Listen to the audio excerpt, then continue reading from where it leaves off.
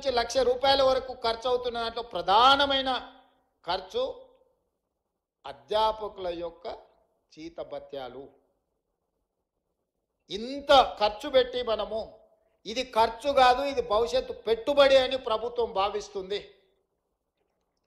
ఇట్లాంటి పెట్టుబడి పెట్టి మనం ఫలితాలు సాధించుకోకపోతే ఇది మన అందరం కూడా కలిసి కూర్చొని, నేను మీ అందరి మీద నెపం నెట్టదలుచుకోలే, ప్రభుత్వం వైపు నుంచి కూడా మీకు డైరెక్షన్ కావాలి.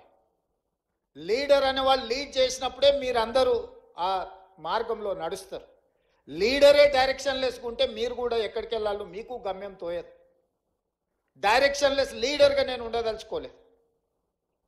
I wanted to lead my state. I wanted to develop my state. I wanted to improve my infrastructure. I wanted to take a better policy. Stanford, ఆక్స్ఫర్డ్లో చెప్పేటోళ్ళు ఏం గొప్పోళ్ళు కాదు. మన వాళ్ళే అక్కడికి వెళ్ళి అమెరికాలో మనోళ్ళు చదువులు చెప్తున్నారు. మన పిల్లలే అక్కడికి వెళ్ళి చదువుకుంటున్నారు.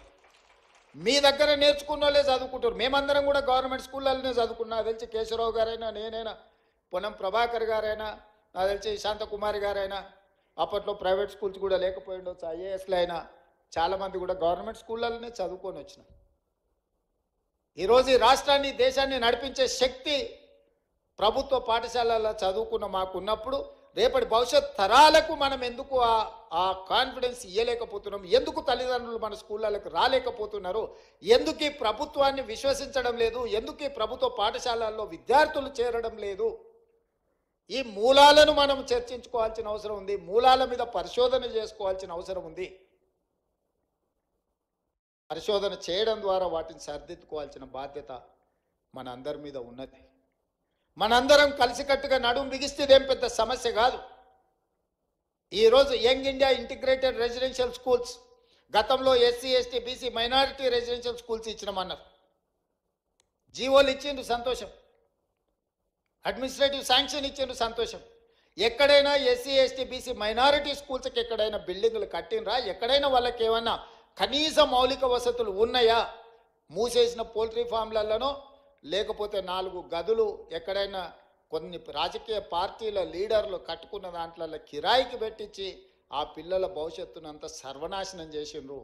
అందుకే ఈరోజు each and every assembly constituency మొన్ననే 58 యంగ్ ఇండియా ఇంటిగ్రేటెడ్ రెసిడెన్షియల్ స్కూల్స్కి దాదాపుగా 11,500 కోట్ల రూపాయలు. ఒక్కొక్క క్యాంపస్ 20 నుంచి 25 ఎకరాలల్లో 200 కోట్ల రూపాయలతోని 100 అసెంబ్లీ కాన్స్టిట్యున్సీలలో 100 యంగ్ ఇండియా ఇంటిగ్రేటెడ్ రెసిడెన్షియల్ స్కూల్స్ని మన ప్రభుత్వం నిర్ణయం తీసుకున్నది. రాబోయే 3 సంవత్సరాలలో 25 నుంచి 30,000 కోట్ల రూపాయలు ఇన్ఫ్రాస్ట్రక్చర్ క్రియేట్ చేసి ఒక అద్భుతమైన ఇన్ఫ్రాస్ట్రక్చర్ ఇవ్వడం ద్వారా విద్యా ప్రమాణాలను పెంచాలి అని ఈరోజు ప్రభుత్వం ప్రయత్నం చేస్తుంది. ఇవాళ ఇంజనీరింగ్ స్టూడెంట్స్ వెరీ అన్ఫార్చునేట్, ప్రతి సంవత్సరం 1,10,000 మంది ఇంజనీరింగ్ గ్రాడ్యుయేట్స్ తెలంగాణ రాష్ట్రం నుంచి పాస్ అవుతున్నారు. అందులో 10% కూడా ఉద్యోగాలు వస్తలేవు. దాదాపుగా 1,00,000 మంది ఇంజనీరింగ్ గ్రాడ్యుయేట్స్ ఉద్యోగాలు దొరకక ఊరికి వెళ్తే తల్లిదండ్రులకు భారం అవుతామని, నగరంలో చదువుకున్న చదువు కాబట్టి ఇతర ఉద్యోగాలు చేయలేక కుటుంబాలు క్షోభను అనుభవిస్తున్నాయి. చాలామంది నా దగ్గరకు వస్తారు, సార్ మా పిల్లవాడు ఇంజనీరింగ్ చదువుతున్నాడు, ఏదైనా ఉద్యోగం చూడు సార్, నువ్వు ముఖ్యమంత్రి కదా, నా కొడంగల్ నియోజకవర్గం నుంచి వస్తారు. ఏంద్రా అంటే కంప్యూటర్ సైన్స్ చదువుకున్నా అంటాడు. దాంట్లో ఎవరి దగ్గర కన్నా ఉద్యోగానికి మావాడిని అంటే వాడు ఇంటర్వ్యూ పోతే బేసిక్స్ కూడా లేదు. ఇతర సాంప్రదాయకబద్ధమైన ఇంజనీరింగ్ చదవడం లేదు, సివిల్, మెకానికల్, ఎలక్ట్రికల్. ప్రతి వాళ్ళు కంప్యూటర్ సైన్స్ చదువుకోవాలి, అమెరికాకి వెళ్ళాలి, డాలర్లు సంపాదించాలి, కుటుంబాన్ని పోషించాలి అనే ఒక పట్టుదల లక్ష్యం బాగానే ఉంది. ఎంతమందికి కంప్యూటర్ సైన్స్లో ఉద్యోగాలు వస్తాయి? ఎంతమంది అమెరికాకు పోగలుగుతారు? ఎంతమంది నిజంగా అంత సాంకేతిక నైపుణ్యాన్ని సాధిస్తున్నారు?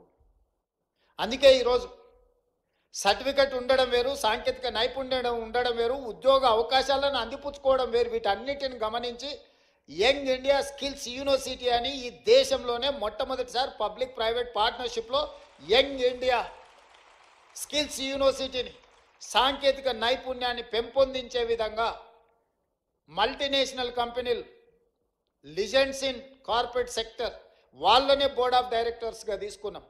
ఈరోజు యంగ్ ఇండియా మన స్కిల్స్ యూనివర్సిటీకి చైర్పర్సన్ వచ్చి Mahindra group of companies Anand Mahindra అంటే మహేంద్ర కార్లు మనం చూస్తున్నాం కదా, అంత సక్సెస్ స్టోరీ ఉన్న వ్యక్తిని మన ప్రభుత్వం ప్రారంభించిన యూనివర్సిటీకి చైర్పర్సన్గా నియమించిన బోర్డ్ ఆఫ్ డైరెక్టర్స్గా రెడ్డి ల్యాబ్స్, అరబిందో, లేకపోతే Apollo hospitals, biggest corporate company success story ఉన్న వాళ్ళను ఎండీస్ని తీసుకొచ్చి మన government Young India skills university board of డైరెక్టర్స్గా పెట్టి సిలబస్ వాళ్ళే తయారు చేస్తారు, విద్యార్థులను వాళ్ళే సెలెక్ట్ చేస్తారు, ట్రైనింగ్ వాళ్ళే ఇస్తారు, ట్రైనింగ్ ఇచ్చిన వాళ్ళందరినీ వాళ్ళే ఉద్యోగాలు ఇస్తారు. ప్రభుత్వం ఫెసిలిటేటర్గా మాత్రమే ఉంటుంది, ప్రభుత్వం పాత్ర లేదు. 60 ఎకరాలు ఇప్పుడు ఫ్యూచర్ సిటీలో ఇచ్చి దాదాపుగా వాళ్లకు ఈరోజు 20 లక్షల స్క్వేర్ ఫీట్లో యూనివర్సిటీ కట్టి 600 కోట్ల రూపాయల కార్పస్ ఫండ్, గవర్నమెంట్ పైసలు కాదు, కార్పొరేట్ కంపెనీల సిఎస్ఆర్ ఫండ్స్, కార్పస్ ఫండ్ అంటే ఆ యూనివర్సిటీ నడుపుకోవడానికి అవసరమైన నిధులను ఒక 600 కోట్ల రూపాయలు వాళ్ళ బ్యాంకులో పెట్టి ఆ విద్యార్థుల యొక్క భవిష్యత్తుకు ఆ నిధులు వాళ్ళు ఖర్చు పెట్టుకునే మొత్తం పవర్స్ అన్ని వాళ్ళకి ఇచ్చేసి ఈరోజు యంగ్ ఇండియా స్కిల్స్ యూనివర్సిటీని తెలంగాణ రాష్ట్రంలోనే దేశానికి ఆదర్శంగా ఉండే విధంగా ఈరోజు మనం నిర్ణయం తీసుకున్నాం.